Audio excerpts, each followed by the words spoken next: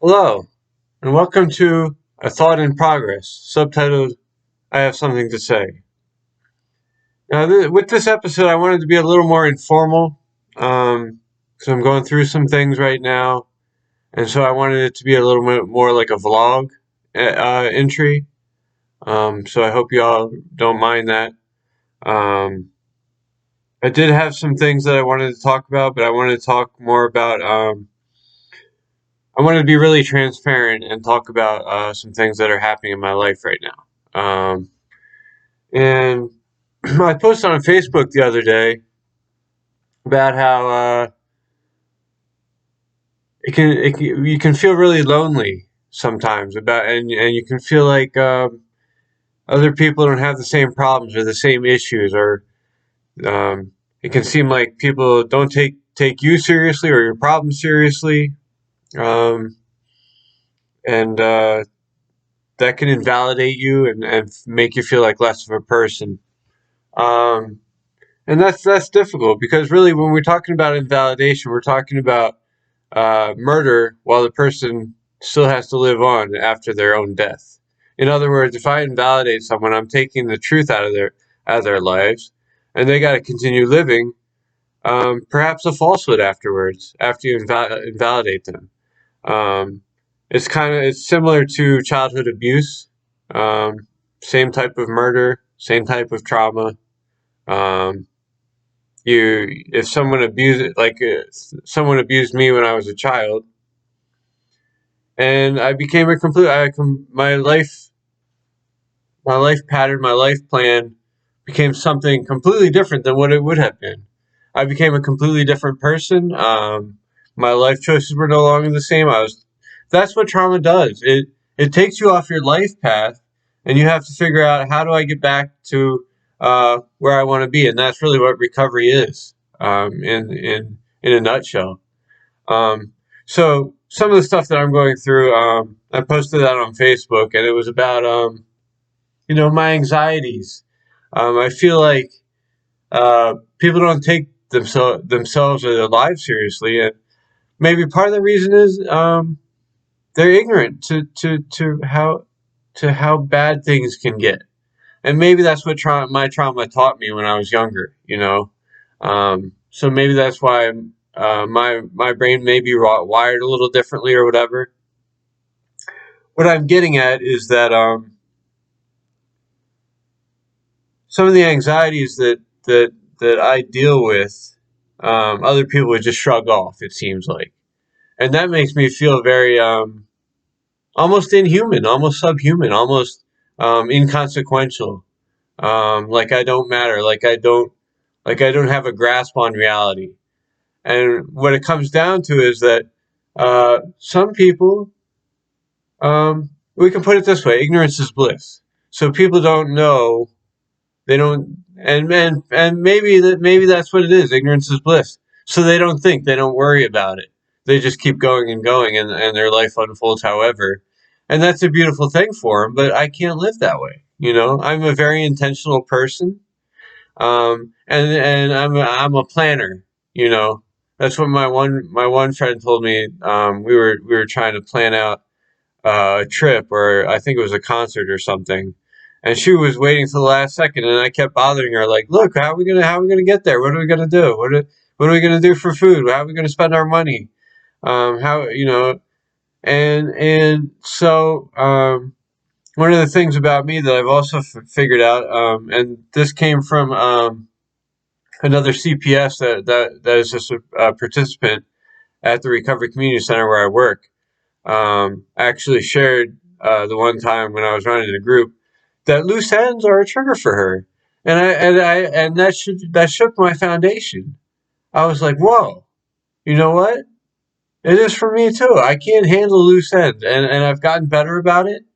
Ask my mom. She'll tell me I'm the most impatient person in the world, just bothering her about stuff months before it's planned to happen or months before it needs to happen, and I'll just worry and bother her, and it drives her crazy. And I've gotten better about it, but I've really realized that yes, loose ends really bother me too.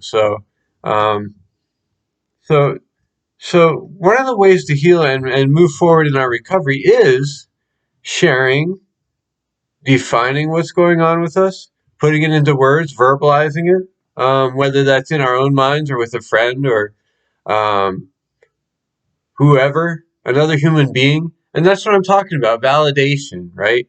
And and and figuring out, who am I, who do I want to be, where am I going, how do I get there, and there I go. I'm planning again, but you get my point, though, right? Um, it's okay to be intentional. It's okay to plan things, but you have to have the flexibility there as well. And that's something that I really need to work on. Being able to stay flexible and being able to uh, not worry, and sometimes shrug off some of my worries, and sometimes deal with them in a way that I've learned that works for me.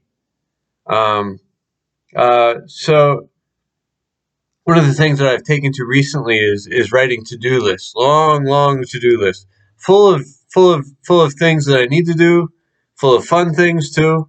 So, and that's kind of what I teach. I teach a rap group at work, and that's Wellness Recovery Action Plan. So what I didn't realize, and I'm realizing it now, is that when I write out my to-do list that I've been writing out recently, and they've really helped me, um, is that uh, in a way that is a wellness recovery action plan right there. So I was involuntarily in. I didn't mean to do that. And so some of the stuff that I'm teaching and learning as I go on my pathway to recovery are being internalized, and that's really a good sign. And I hope all you guys out there can start to feel that way too, because whatever we take in, whatever gets deposited in us by our parents, by society, whatever we learn, whatever stigma we learn to live with, that we decide is true, you know, we have to decide who we are. We have to decide who we are, and we have to decide how we're going to live our lives.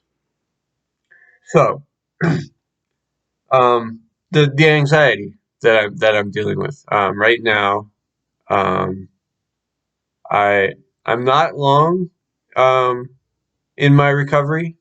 I would only count my recovery starting in maybe 2015, 2016, somewhere in there, which is only, you know, 4 or 5 years, maybe six at the most.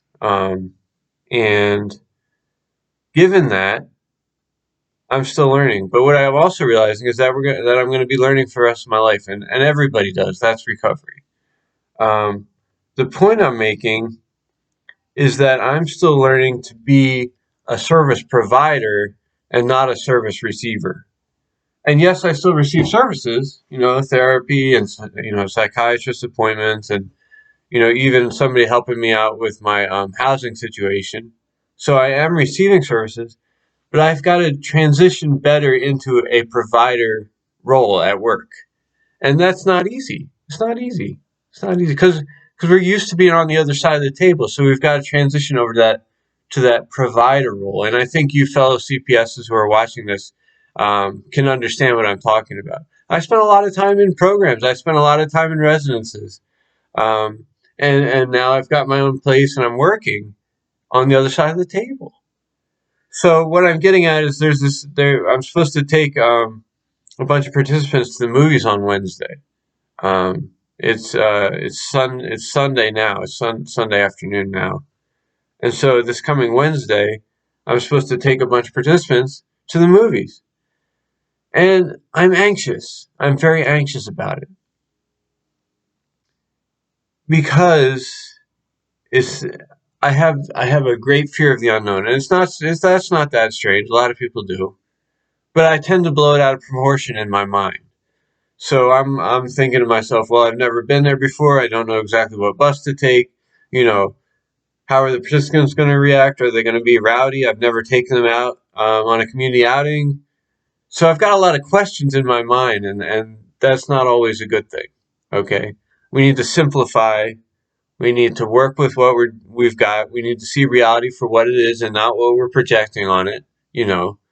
So the plan now is go to work Wednesday, go to the movies, you know, jump on that bus, whatever it may be. I'm going to have support. My boss is going to be supportive. Um, a lot of the participants probably having some of the same fears as my mom pointed out. Um, so there's a lot of it's a matter of, do we focus on our anxieties, or do we focus on the potential positives? So we've got the potential negatives and the potential positives. What are you going to focus on? Are you going to be hopeful and look at the potential positives, or are you going to be anxious and look at the potential negatives? And that's what I've got to figure out for myself. And that's not always an easy thing to do. You know, it's part of my mental health condition. So that is basically what I wanted to talk about today. I know it was a little vloggy, but I thought it was an important point to bring up and share. So I hope you enjoyed the video. Um, I'm going to try and do these more often. I'm getting more and more comfortable with it. Again, my name is Jason W. Tapscott. I'm a certified peer specialist, which is a professional crazy person, and I work at a recovery community center.